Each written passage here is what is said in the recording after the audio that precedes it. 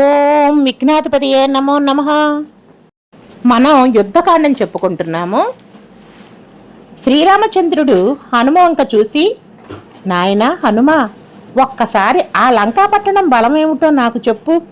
అక్కడ సైన్యం ఎంత ఉంటుంది, ద్వారాలు ఎలా ఉంటాయి, దుర్గాలు ఎలా ఉంటాయి, వాటి గురించి నాకు ఒక్కసారి చెప్పవలసింది అని అడిగాడు. అంటే హనుమ రామచంద్రమూర్తికి నమస్కారం చేసి ఒక మాట చెబుతాడు. అది సామాన్యమైన లంక కాదు, కాంచన లంక. 100 యోజనాల సముద్రాన్ని దాటి పెడితే త్రికూట పర్వత శిఖరాల మధ్యలో ఉంటుంది. శత్రు దుర్భేద్యంగా ఉంటుంది. దేవదానవులు కూడా దానిని ఆక్రమించలేరు. ఎందుచేతననుకుంటున్నారా?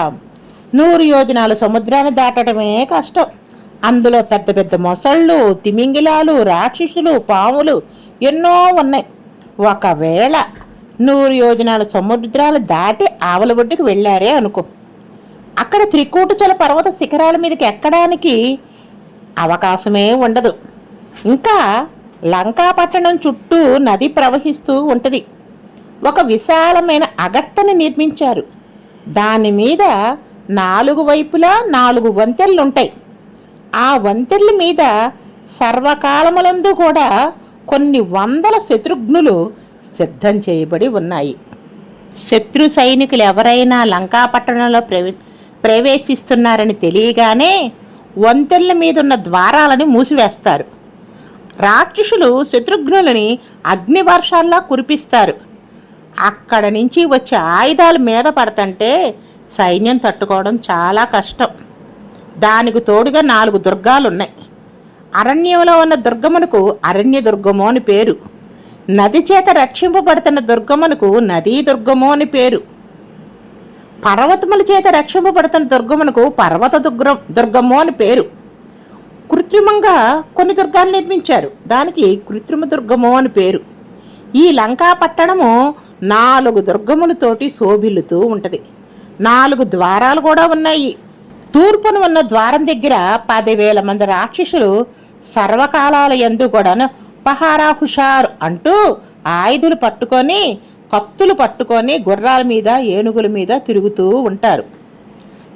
అంతకి 10 రెట్లు అంటే 1,00,000 మంది సైనికులు దక్షిణ ద్వారం వద్ద ఇదే విధంగా ఉంటారు. దానికి 10 రెట్లు అంటే 10 లక్షల మంది పశ్చిమ ద్వారాన్ని కాపు కాస్తూ ఉంటారు. దానికి 10 రెట్లు అంటే 1,00,00,000 మంది సైనికులు ఉత్తర ద్వారం దగ్గర కాపు కాస్తూ ఉంటారు. ఈ 4 ద్వారాలు కూడా దుర్భేద్యంగా ఉంటాయి.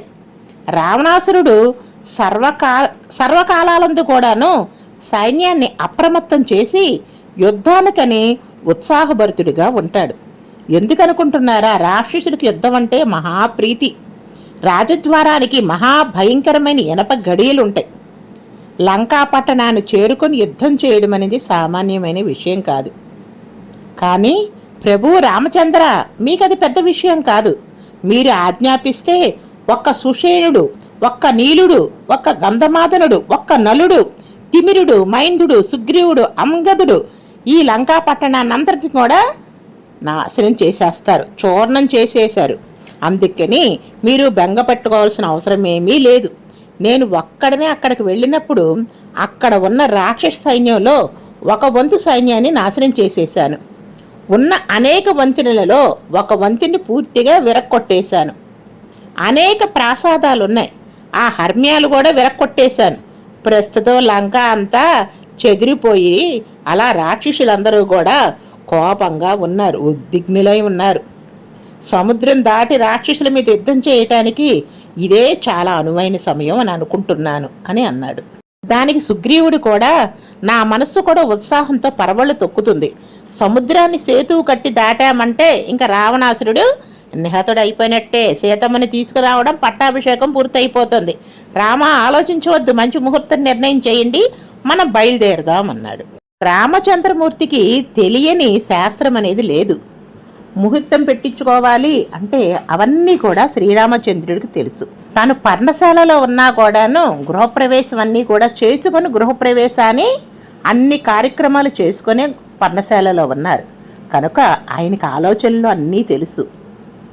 ఇప్పుడు ఈ రోజున విశాఖ నక్షత్రం ఉంది. విశ్వాక వంశాలందరికీ కూడాను నక్షత్రం విశాఖ.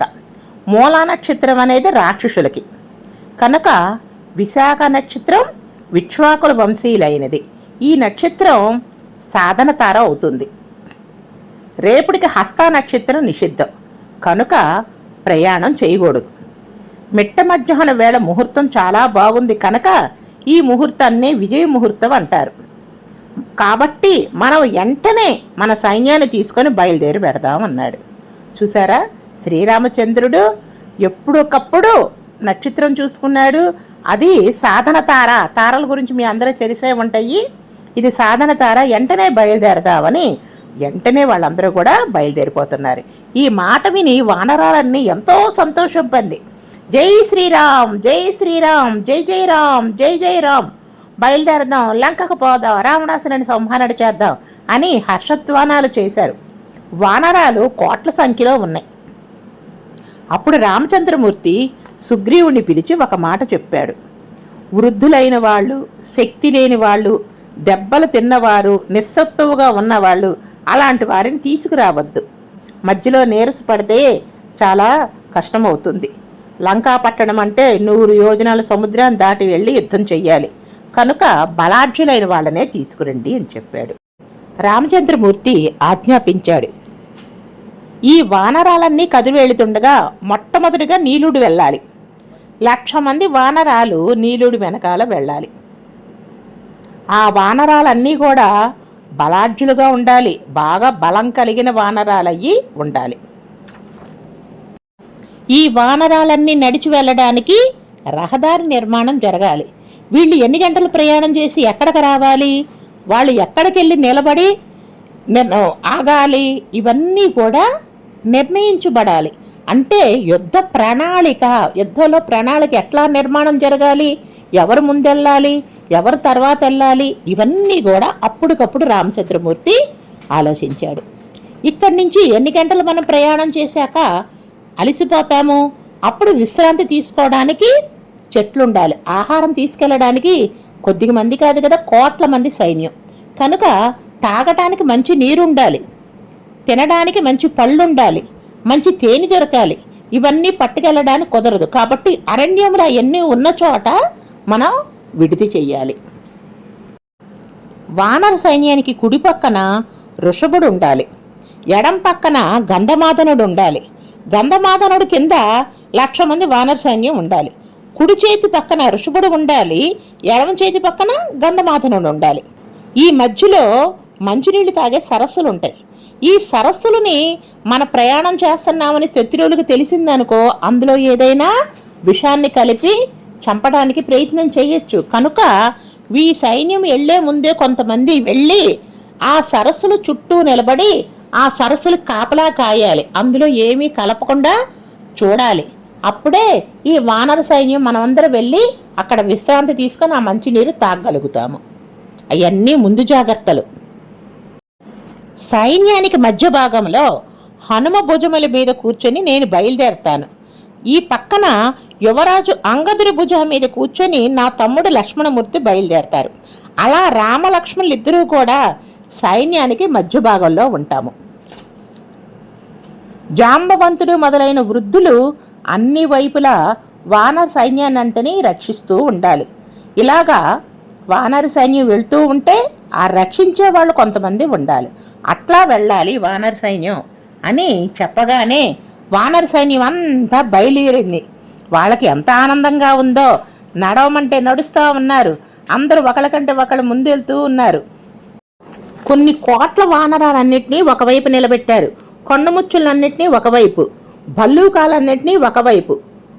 ఈ విధంగా 3గా వాటిని విభజించి 3 కోట్ల మందిని నిలబెట్టారు. ఇవన్నీ కూడాను సముద్ర తీరం దగ్గరికి వచ్చేశారు. సముద్ర తీరంలో విడిది చేశారు. అంతవరకు ఎంతో సంతోషంగా ఆనందంగా వచ్చారు. సముద్రాన్ని చూసేటప్పటికల్లా ఉత్తుంగ తరంగాలతోటి ఎగిసిపడతా ఉంది. ఇట్లాంటి సముద్రాన్ని ఎలా దాటాలి? సరే, చీకటి పడుతుంది, సముద్రాన్ని దాటడం కుదరదు. అందుకని అందరూ సముద్రపు ఒడ్డున విడిది చేశారు. జై శ్రీరామ్.